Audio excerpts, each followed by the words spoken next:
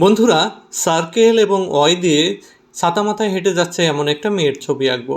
প্রথমে সার্কেলের মাঝখানে একটা মাথার পয়েন্ট দিয়ে আমরা চারিদিকে ছাতার যে সিক থাকে তার যে একটা ডিরেকশন থাকে সেই ডিরেকশন অনুযায়ী এভাবে দাগ দিয়ে দিব।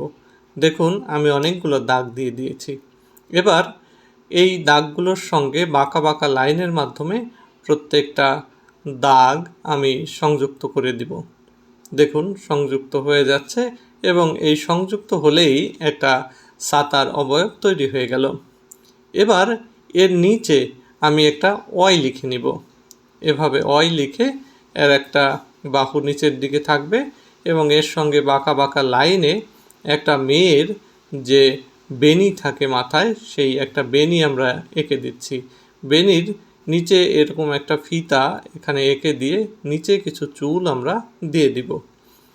এবার আমরা চুলের মাঝখানে কিছু দাগ দিয়ে দিচ্ছি। চুলে যে ধরনের টেক্সচার এবং হাইলাইটস থাকে সেগুলো এখানে দিয়ে দিলাম। এরপরে দেখুন নিচের চুলগুলোও লাইন দিয়ে দিলাম। এরপরে দিচ্ছি ঘাড়ের লাইন, দুই পাশ থেকে এরকম ঘাড়ের লাইন দিয়ে হাত বের হয়ে আসবে, এটা পিঠের লাইন। এই লাইনটা দেওয়ার পর আমরা ডান পাশের যে হাতটা রয়েছে সেখানে জামার হাতায় এবং সে ভাঁজ করা যে কুনুই আছে সেইটা করে দিলাম, কারণ সে ছাতাটা সামনের দিকে ধরে আছে।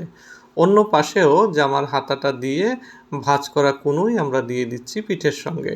সেখান থেকে আমরা তার ঝুলন্ত জামার কিছু অংশ দিয়ে দিলাম। এখানে বেশ কয়েকটা লাইনে আমরা এটা করব, কারণ জামাটা হেঁটে যাওয়ার সময় কিন্তু দোল খায়।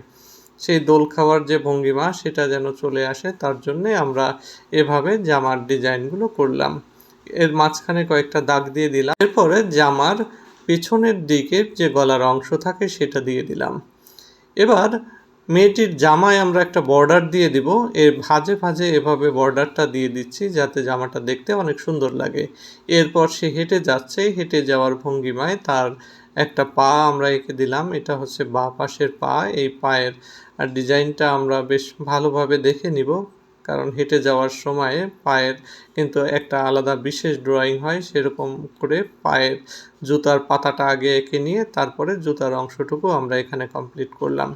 অন্য আরেকটি পা সে মাটিতে ফেলে আছে, আর অন্য পাটি হচ্ছে উঠিয়ে নিয়ে যাচ্ছে। যে পাটি মাটিতে পড়ে আছে সেই পাটি আমরা এভাবে দিয়ে দিলাম তার সোল সহ। এবার আমরা পেন্সিলের দাগটা রাবার দিয়ে মুছে আমরা মেয়েটির জামায় এ ধরনের একটা হলুদ রং দিয়ে দিলাম। জুতায় কিছু টেক্সচার এরকম দিয়ে দিলাম, দুইটা জুতা একরকম করার জন্য। এরপরে জামার বর্ডার লাইনে দিয়ে দিলাম একটা গোলাপি রং এবং চুলে আমি কিন্তু পেন্সিল রং দিয়ে দিচ্ছি। এরপরে ছাতাটা আমি ভ্যারিডিয়ান গ্রিন দিয়ে দিচ্ছি। আমি কিন্তু আসলে ব্রাশ পেন দিয়ে কালারগুলো করছি, আপনারা কিন্তু যে কোনো কালার দিয়ে এটা করতে পারেন।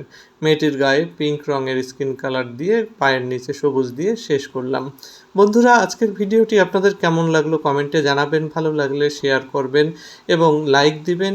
নিয়মিত আমাদের এরকম ভিডিও পেতে চাইলে আমাদের পেজটি ফলো করবেন এবং আমাদের ইউটিউব চ্যানেল ড্রয়িং স্কুল